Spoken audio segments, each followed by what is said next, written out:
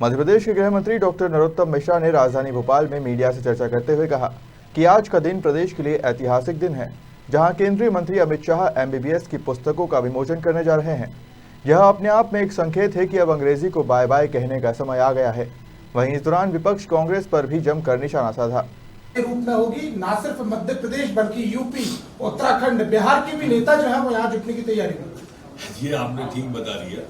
बाहर के प्रदेशों से ही ला के अपनी यात्रा को बड़ी कर रहे हैं। स्थानीय लोगों की भागीदारी ना के बराबर हो रही है पूरे देश के अंदर। पूरे देश से इकट्ठे करते हैं और बुला के अपनी यात्रा को सफल बना के दूसरों को संदेश देना चाहते हैं। ये अब फेसबुक का जमाना है, ट्विटर का जमाना है, व्हाट्सएप का जमाना है। सब देख रहे हैं कौन से चेहरे कहाँ के। जल्दबाजी कर रही है कांग्रेस कर रही है, MBBS की पढ़ाई हिंदी में जो कर रहे हैं जल्दबाजी। अब उनको समझना चाहिए शीर्ष तो शीर्ष ही होता है। सर, कांग्रेस का दावा है कि मध्य प्रदेश, देखिए, जब भी राष्ट्र के गौरव का विषय आएगा, जब भी राष्ट्र के सम्मान का विषय आया हुआ, आप इतिहास देख लो, तब कांग्रेस ने कोई ना कोई मीन में एक निकाला। जब राम जन्मभूमि का शिलान्यास हो रहा था तो तारीख पे सवाल उठा दिया था दिग्विजय सिंह। जब हमारी सेना ने सर्जिकल स्ट्राइक की, एयर स्ट्राइक करी, तो सेना पर सवाल उठा दिया था। उन्होंने वैक्सीन पे सवाल उठा दिया था, जो विश्व के अंदर हमारी वैक्सीन सबसे पहले आई। तो जब भी राष्ट्र के गौरव, और उनको तो स्वाभाविक रूप से महान भारत, बदनाम भारत दिखाई देता है। इन लोगों से आप क्या इनका जिक्र करके खाम में दिशा बदलते हैं। शुरुआत करना है, बड़े दिन के साथ साथ ऐतिहासिक दिन भी है और निश्चित रूप से हम कितना आभार व्यक्त करें अपने केंद्रीय नेतृत्व का, माननीय प्रधानमंत्री जी का, माननीय अमित शाह जी का, जो लगातार मध्य प्रदेश में सौगातों की झड़ी लगाए हुए। हम देखें 6 महीने में ये 6वीं सौगात है। जब गौरव दिवस पर प्रधानमंत्री जी आए थे और बड़ी सौगातें उन्होंने जनजाति वर्ग के आदिवासी भाइयों को। अभी पिछले ही दिनों आज माननीय अमित शाह जी हिंदी के मेडिकल कॉलेज की सौगात देकर ये संकेत भी देना चाहते हैं कि अब इंग्लिश को अलविदा कहने का समय आ गया है और अपनी मातृभाषा में आगे बढ़ने का समय अब देश का प्रारंभ करने के लिए आ जा रहे हैं। अब मरीज भी समझ सकेगा डॉक्टर की भाषा को देश के अंदर, और इसलिए ये सौगात अकेली नहीं है। आज ग्वालियर में मध्य प्रदेश का सबसे बड़े एयरपोर्ट का भी शिलान्यास माननीय अमित शाह जी करने वाले हैं। इसके पहले जब वो आए थे तो आप सबको मालूम होगा, 1-1.5 महीने पहले ही उन्होंने नेशनल फॉरेंसिक यूनिवर्सिटी की सौगात, नेशनल फॉरेंसिक साइंस यूनिवर्सिटी की सौगात मध्य प्रदेश को दी थी। अभी प्रधानमंत्री जी इसी महीने में आए और महाकाल लोक का लोकार्पण यहां पर किया। उसके पहले आपको मालूम होगा कि मध्य प्रदेश में चीतों की एंट्री करने के लिए प्रधानमंत्री जी खुद आए थे और चीते मध्य प्रदेश को मिले। उसके पहले रानी कमलापति रेलवे स्टेशन, जो हिंदुस्तान में पहला स्टेशन था।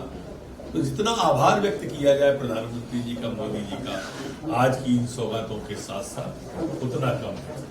वैश्विक नेता है मोदी जी और इसलिए उनके नेतृत्व में देश नई ऊंचाइयों को और नए सोपानों को तय कर रहा है और हमारा मध्य प्रदेश में उसमें अग्रणी भूमिका निभा रहा है। सर, कांग्रेस देखते हुए लगातार केंद्र जो है, जो अमित शाह जी और मोदी जी लगातार यहाँ पर दौरे कर रहे हैं, कहीं ना कहीं अपनी जमीन के मजबूत प्रदेश संगठन पर विश्वास नहीं जाता। केंद्रीय नेतृत्व हमारा यहाँ आ रहा है और उनका नेतृत्व वहां जा रहा है, ये भी अचंभे की बात है।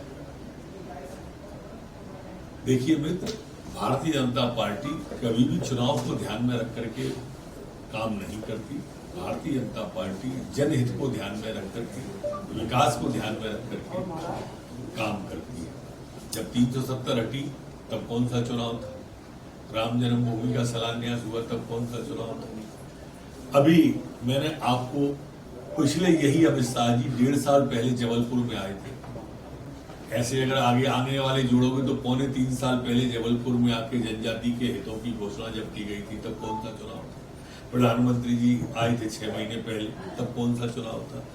ये आलोचना करने की आदत है इनकी, और इसलिए ही तो मध्य प्रदेश छोड़ के पद यात्रा में जा रहे हैं। कमलनाथ सर पद यात्रा में पहली बार शामिल होने जा रहे हैं। कोरोना के 20 नए प्रकरण संपूर्ण प्रदेश के अंदर आए, जबकि ठीक होकर अपने घरों और गंतव्य की ओर जाने वाले 19 लोग। एक्टिव केस मध्य प्रदेश में अब 112 वर्तमान में है। जो सैंपल कलेक्शन पिछले 24 घंटे में हुआ है, वो 3719 लोगों का सैंपल कलेक्शन मध्य प्रदेश में हुआ। संक्रमण दर वर्तमान में हमारी 0.54 है, जबकि रिकवरी की दर हमारी 98.7 बनी हुई है।